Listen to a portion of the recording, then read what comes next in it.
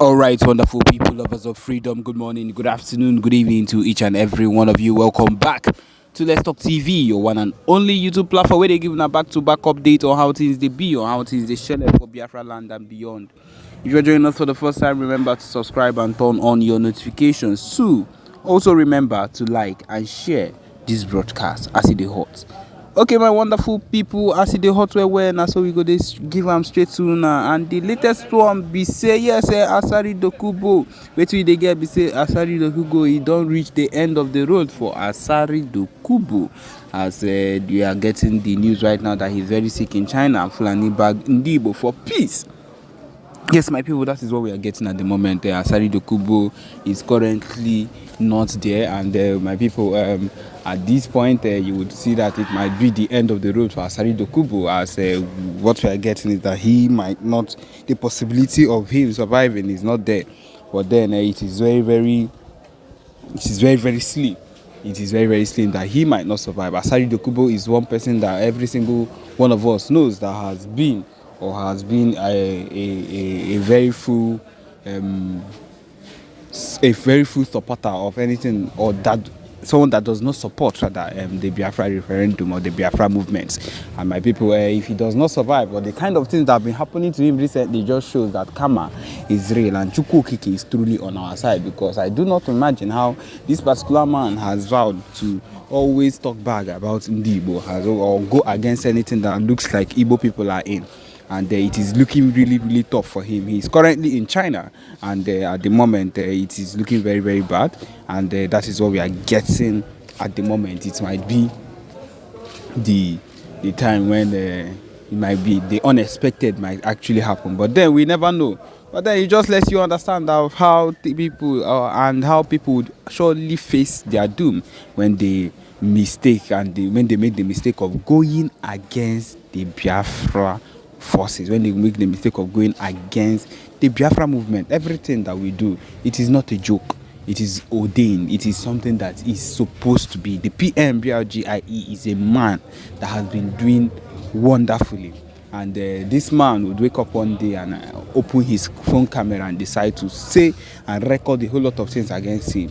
And at this time, at times, the PM would reply him. At times, the PM would not.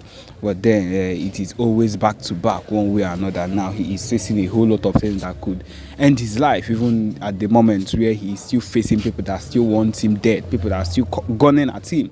At the moment, it is going to be very terrible for him, because he is health-wise, he's not okay, and then even physically and otherwise, and the rest of it, even in security-wise, he is not sure of himself, because people are coming for him. He is now a full-time target, and if care is not taken, he is not going to make it. And that is the truth of the matter.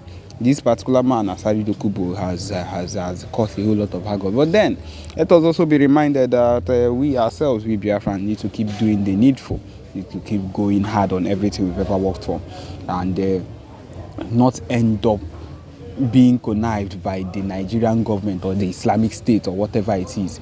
Because if you end up in that particular lane, then you would end up in a very bad state. You would end up in a worse state than you would ever imagine that you would be. Go and ask those that turned around and started working against us. They wish they never even joined us at first, especially starting from those sabos that tried to sell or that sold Mazen and Kano out, to every single person that has turned around to misbehave on every ground or sold themselves because of greed or money that they were offered. Or every single one of them, they are regretting it at the moment. They are regretting every single one of their actions right now. And it is something that if you were to think about, you would find out that it is something that would happen to anybody that goes against what we are heading for, any single thing that we've decided to do for ourselves. My people, it is what we need to do. These are the things that we are destined for. We are destined for greatness. We are destined for great things. And that is the only reason why things are working one way or another in our favor. And I believe every other nation knows this, especially these Nigerian states. They have come to understand that Biafra would be great, and Biafra would stand without them. With our own resources, we'll be able to be one of the greatest nations ever. And they've decided to exploit that without us. And we are going to fight tooth and nail to make sure that we get to where we need to be. And that's the truth of the matter. Let us just have it in mind that that is ready for the battle that is coming up soon. So my people, be ready, because you do not know what would be happening soon. Okay, on that note, where Obasanjo himself just came out and made some kind of comments, my people. Yes, he just came out and made some kind of comments concerning the civil war. My people, it doesn't really concern us. This particular ex-president, we know during his time, of course, when he ruled in the military time and came back again and ruled again the second time, he had enough time to do whatever I don't know whatever he's saying. But then, of course, the most important thing for us to have in our minds on is that we ourselves as Biafrans must do the needful. Okay, my people, he's talking about the Biafra war. Let us see what he has said. He says here, Olusegun Obasanjo, the former president of Nigeria, recently spoke at the conference on youth leadership titled Opportunities for Peace, Roles of the Youths in Conflict Prevention in Africa. He called on youths to be advocates of conversation over violence, highlighting the critical role that youths play in promoting peace. My people, I made this thing recently. I say we cannot go down if we are not, if you've not done the needful. Peace is not even an option right now. If people have decided not to give us what we want, if you've decided not to give us a Mazen the Kano, have decided not to give us our Biafra freedom, our Biafra referendum, peace is not an option.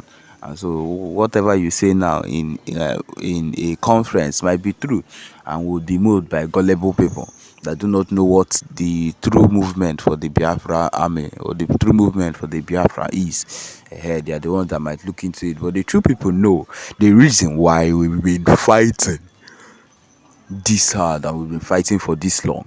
And that is those are the people that will not give up, or that will not be moved by these gullible speeches that he's making at this particular point.